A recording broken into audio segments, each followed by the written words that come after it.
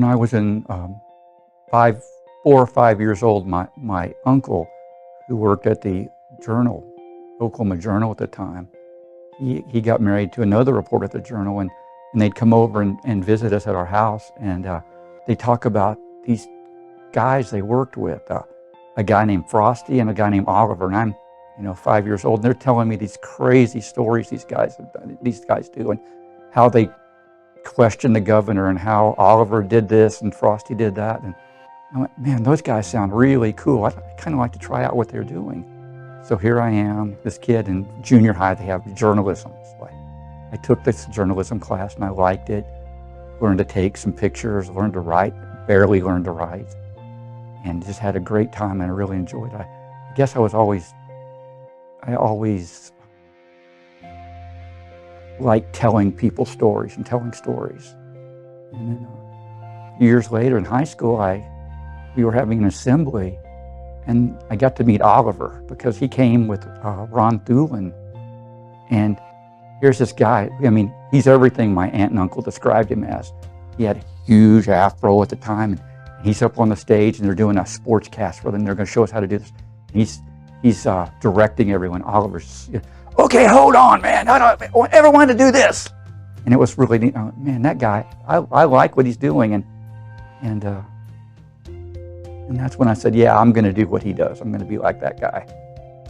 The first really tragic thing I worked was the Edmond Post Office Massacre. I was one of the first photographers sent there. Watched that go down. It was, I really don't think I was prepared for it at the time of the scope of it. But after after days and days of working on it, we saw how well it was, and I did those stories.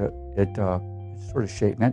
I've covered a lot of tragic stories in my years, and that was the first really, really bad thing I remember covering. First thing that really kind of got to me a little bit. Done a lot of stuff like that.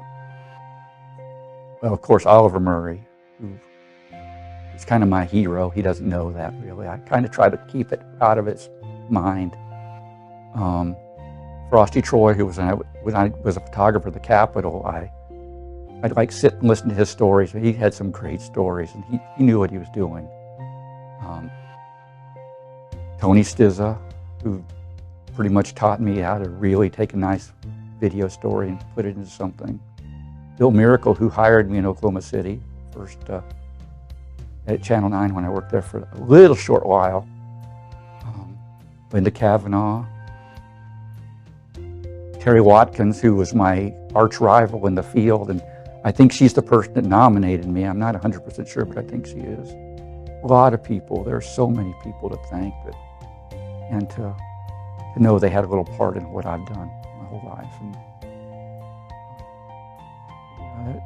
there's so many people out there, and all the people we've done stories with. I mean, every one of them leaves a little. You take a little piece of everyone you do with you when you do something. If you really love what you do, and you really focus on what you do and care about what you do.